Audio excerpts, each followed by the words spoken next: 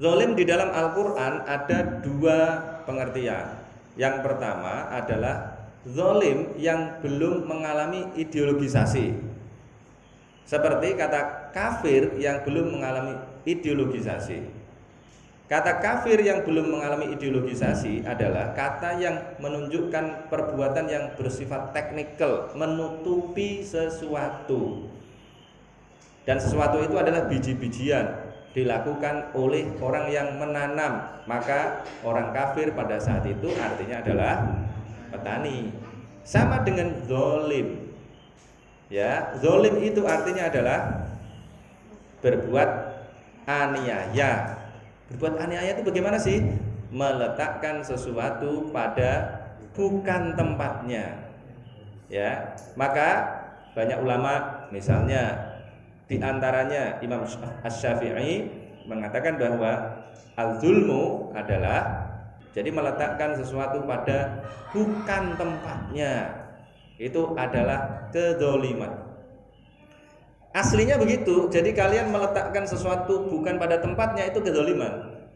Menjadikan orang yang tidak memiliki kapasitas kepemimpinan sebagai pemimpin, itu kedzaliman namanya. Memberikan vonis yang tidak tepat, itu kezoliman.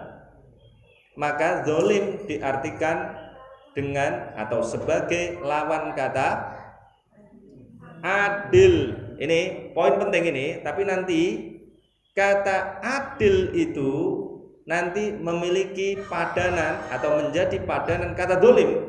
Nah itu aneh, itu agak aneh dikit, tapi itu terjadi. Dan disinilah tadi di dalam ayat berapa tadi? Al-Baqarah ayat berapa? 165 tadi itu la ya'diluna anhu bihalimma tadi itu, ya. Wa minan nasi may yattakhidhu min dunillahi andada yuhibbunahum ka hubbillah walladzina amanu asyaddu hubban lillah. Itu tadi ada penafsiran min hubbihim lil andadi li'annahum la ya'diluna anhu bihalimma. Nah gitu tadi. Ya'diluna di situ diartikan apa tadi? Menyekutukan. Kata ya'dilun berasal dari kata adalah. Adalah itu artinya adalah berbuat adil. Berbuat adil itu lawan katanya adalah berbuat zalim. Tapi zalim di sini artinya menyekutukan juga. Ya'dilun artinya juga menyekutukan. Nah ini perlu wawasan yang luas. Bisa ditangkap sampai sini? Itu loh ayatnya di surat Al-An'am ayat berapa? Ayat 1. Alhamdulillahilladzi khalaqas samawati wal arda wa ja'ala zulumati wan nur summal ladzina kafaru bi rabbihim ya'dilun. Itu kan ayatnya. Jadi summal ladzina kafaru, kemudian orang-orang kafir, kemudian utawi orang-orang kafir bi rabbihim kepada Tuhan mereka, iku ya'diluna berbuat adil. Loh, orang-orang kafir kepada Tuhan mereka berbuat adil. Gimana maksudnya itu? Summal ladzina kafaru bi rabbihim ya'dilun. Rabbihim di sini yang dimaksud adalah siapa? Allah, gitu. Karena konteksnya pada saat itu orang-orang kafir juga percaya kepada Allah. Abu Jahal, Abu Lahab, itu semua percaya kepada Allah, tetapi juga percaya kepada yang lain. Maka alladzina kafaru di dalam surat Al-An'am ayat 1 itu adalah orang-orang musyrik maksudnya. Orang musyrik kan termasuk orang kafir, ya kan?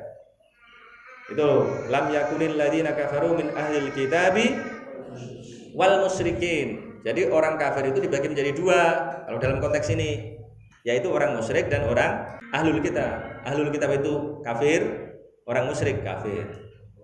Jadi mengartikan kata adil, adil itu simbolnya apa? Timbangan. Maka pengadilan itu simbolnya adalah timbangan. Nah, adil berarti menyamakan antara Rabbihim dengan yang bukan Rabb yang sesungguhnya. Siapa itu? Al-Lata, Al-Uzza, Al-Manat, patung-patung itu. Maka di situ diartikan summal ladzina kafaru bi rabbihim ya'dilun, ya. Kemudian orang-orang kafir kepada Tuhan mereka, Allah maksudnya, iku ya'diluna, mereka menyekutukan. Jadi adil artinya menyekutukan. Jadi di dalam Al-Quran bisa kita temukan kata zolim itu artinya dua, yaitu zolim yang artinya adalah sekedar meletakkan sesuatu pada tempat, pada yang bukan tempatnya, dan zolim yang menempatkan yang bukan Tuhan sebagai Tuhan. Paham? Al-Lata, Al-Uzza, patung-patung itu bukan Tuhan, tetapi oleh mereka ditempatkan sebagai Tuhan. Itu kan sama juga, menempatkan sesuatu bukan pada tempatnya.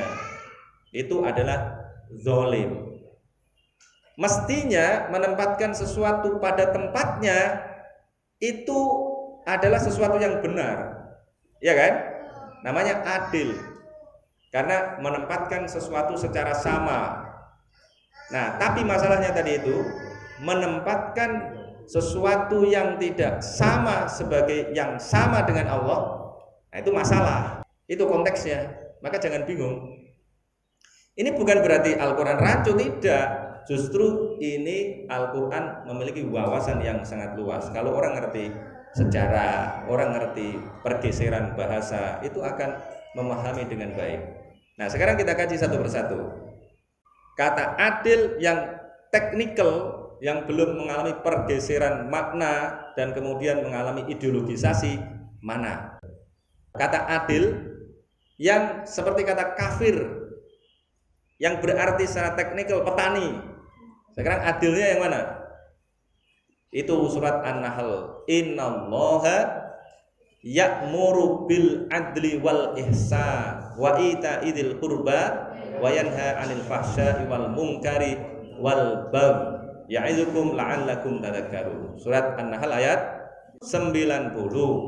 Oke, bisa ditangkap? Itu kan innallaha sesungguhnya Allah iku ya'muru, memerintahkan sapa Allah, memerintahkan bil adli, dengan keadilan, untuk melakukan keadilan.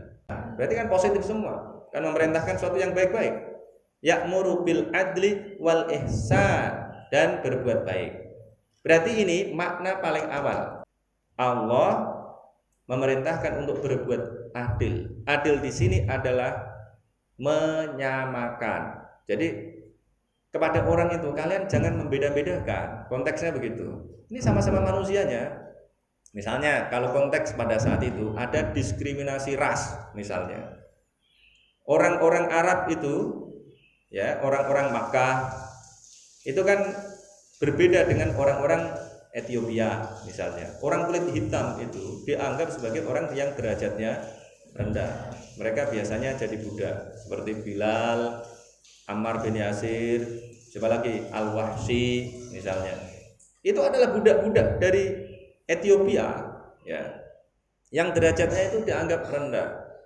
Tetapi ketika Islam datang, Nabi Muhammad kemudian mengatakan kullukum min Adam wa kullukum min turab. Setiap kalian berasal dari Adam dan Adam itu berasal dari tanah. Maka jangan ada diskriminasi ras. Jadi sejak awal kedatangan Islam itu sudah ada yang namanya kesetaraan umat manusia. Oh, ini berbeda dengan di Eropa, ya. Di Eropa masih ada diskriminasi ras. Bahkan sampai hari ini masih terasa itu, ya, perbedaan itu, diskriminasi itu. Makanya ketika Obama menang menjadi presiden di Amerika itu, oh, itu sesuatu yang luar biasa. Karena sebelumnya, coba cek itu, sebelumnya tidak ada presiden di Amerika yang berasal dari golongan kulit berwarna. Kulit berwarna kayak kalian dulu, yang dianggap sebagai monyet-monyet yang mengalami evolusi secara tidak sempurna. Sementara orang kulit putih itu dianggap sebagai monyet yang mengalami evolusi secara sempurna. Itu baca bukunya Steve Olson itu, Mapping Human History. Oke ya, sampai di situ. Ini berarti al-adl konotasinya positif atau negatif? Innallaha ya'muru bil adli wal ihsan. Positif. ya. Tetapi kalau di dalam surat Al-An'am ayat 1 tadi, alhamdulillahilladzi khalaqas samawati wal arda wa ja'ala dzulumati wan nur tsummal ladzina kafaru bi rabbihim ya'dilun. Kemudian orang-orang kafir itu berbuat adil. Adil di sini konteksnya negatif atau positif? Negatif, begitu, ya. Paham di sini? Nah, kemudian lagi, kalau di dalam Al-Qur'an sekarang carikan kata zalim yang artinya adalah ya berbuat zalim aja. Misalnya mana? Wa minhum zalimul li nafsi. Oke, satu. La tazlimuna wa la tuzlamun. Ayat tentang apa? Surat apa itu? Al-Baqarah. Ayat 279 tentang apa? Harta. Oke, konteksnya bagaimana itu? Awal ayatnya gimana? Fa'il lam taf'alu, tentang riba itu loh. Kalian kalau punya piutang, ya ambil pokoknya. Ya. Fa'il lam taf'alu fa'dzanu biharbin minallahi wa rasulih. Terus wa in tubtum falakum ru'usu amwalikum la tazlimuna wa la tuzlamun. Fa illam taf'alu, kalau kalian tidak melakukannya, menghindari riba, fa illam taf'alu fa'dzanu, maka mengumumkanlah sapa kalian biharbim minallahi wa rasulih, dengan perang kepada Allah dan pada Rasulnya. Gitu, paham? Wa in tubtum, dan jika kalian bertobat, kalian kembali tidak melakukan praktek riba, falakum, maka iku bagi kalian ru'usu amwalikum, utawi pokok. Ru'us artinya apa? Kepala arti aslinya. Ya, pokok harta kalian, modal kalian. Jadi yang kamu pinjamkan berapa? Nah, itu ambil. Tapi jangan ngambil ribanya gitu. Falakum ru'usu amwalikum. Nah, kalau begitu la tazlimuna, tidak menzolimi sama kalian, wala tuzlamuna, dan tidak dizolimi sama kalian. Karena apa? Kalian mengambil pokok uang kalian itu, berarti kan memang itu hak kalian. Berarti kalian tidak menzolimi, wala tuzlamuna, dan juga tidak dizolimi. Kenapa tidak dizolimi? Karena bunga itu bukan hak kalian, paham? Itu la tazlimuna wala tuzlamun, itu aslinya. Jadi menempatkan seseorang pada tempatnya, ya, ini mengambil uang yang merupakan hak kalian, ya, bukan hak orang lain kalian ambil. Nah, itu berarti menempatkan sesuatu yang bukan pada tempatnya atau melakukan sesuatu yang tidak seharusnya. Itu namanya kezoliman. Nah, kemudian kata zolim mengalami ideologisasi. Zolim itu bagaimana? Ketika Islam datang, karena yang dihadapi adalah orang-orang yang sudah mengenal kata zolim dengan makna tadi itu. Nah, kemudian digunakan di dalam konteks ideologis, paradigmanya adalah paradigma teologis, menempatkan sesuatu yang bukan Tuhan sebagai Tuhan, itu adalah kezoliman. Maka kezoliman di situ dianggap sebagai syirik. Inna syirka la zulmun azim. Maka ketika ada sahabat mendengar ayat alladzina amanu walam yalbisu imanahum bidzulmin ulaika lahumul amnu wa hum muhtadun. Alladzina, utawi orang-orang yang amanu, beriman sapa mereka, alladzina walam yalbisu, dan tidak mencampur adukkan sapa mereka, alladzina imanahum ing iman mereka, bidzulmin dengan kezoliman. Ini artikan kezoliman aja dulu. Walam yalbisu imanahum bidzulmin, ulaika iku khabar mubtada, iku ulaika lahumul amnu wa hum muhtadun. Ulaika utawi mereka itu, iku lahumul amnu wa hum muhtadun. Lahum iku bagi mereka al amnu utawi keamanan, wa hum, dan utawi mereka iku muhtaduna, orang-orang yang mendapatkan petunjuk. Mendengar ayat ini, ada sahabat yang kemudian bertanya dengan keheranan, ya Rasulullah, kenapa kok syaratnya berat begitu? Maksudmu bagaimana? Kata Rasulullah. Nah, itu syarat untuk mendapatkan keamanan dan mendapatkan petunjuk itu adalah tidak melakukan kezaliman. Nah, kalau kami ini kan pasti pernah zalim. Nah, kemudian Rasulullah mengatakan yang dimaksudkan zalim di dalam ayat ini adalah zalim sebagaimana di surat Luqman ayat 13, inna syirka la zulmun azim. Rasulullah mengatakan, bukankah kalian pernah mendengar itu ada ayat di surat Luqman, inna syirka la zulmun azim. Inna syirka, sesungguhnya syirik, iku la zulmun, adalah kezoliman, azimun, yang besar. Itu adalah kezoliman yang besar. Karena apa? Menempatkan yang bukan Tuhan sebagai Tuhan. Jadi menempatkan secara adil, jadinya begitu. Menempatkan secara sama. Jadi keadilan kan ada dua. Coba yang fakultas hukum ini, keadilan itu ada dua. Keadilan apa itu?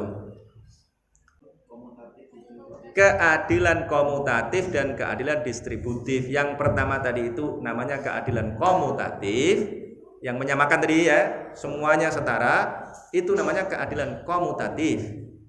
Yang kedua adalah keadilan distributif. Kata Aristoteles kan itu kan? Ya. Itu keadilan. Konteksnya tadinya positif, tapi ketika diterapkan dalam konteks berketuhanan tadi itu jadi negatif. Begitu. Zalim juga begitu. Zalim itu negatif, ya. Awalnya negatif, zalim negatif kan? Dan di dalam konteks teologis tetap negatif. Bedanya di situ. Kalau adil itu tadinya positif jadi negatif. Kalau kata-kata zalim awalnya negatif dan kemudian mengalami pergeseran makna dalam konteks ideologis tetap negatif. Sesuatu yang baru, ya kan? Menjelaskan itu. Kemudian apa lagi tadi itu yang digunakan? Ya, syaroka. Syaroka kan sudah ada tadinya. Syaroka itu artinya apa? Bersekutu, ya kan? Kenapa ada bersekutu? Orang kalau dagang kan bersekutu, maka kemudian membentuk kata syirkah. Di Indonesia ada organisasi namanya Syarikat Islam. Makanya ada Syarikat Islam. Syirkah. Syirkah itu artinya apa? Persyarikatan, misalnya. Persyarikatan itu persekutuan, ya. Maka ada Amerika Serikat. Serikat itu berasal dari kata syaroka. Amerika Serikat itu berarti sekutu mereka itu. Mereka adalah negara persekutuan. Persekutuan dari berbagai macam negara. Amerika Syarikah, tadinya begitu. Syarikah itu artinya positif atau negatif? Positif tadinya. Tapi ketika digunakan walau asyraku lahabita anhum ma kanu ya'malun. Walau asyraku, kalau mereka menyekutukan, cuma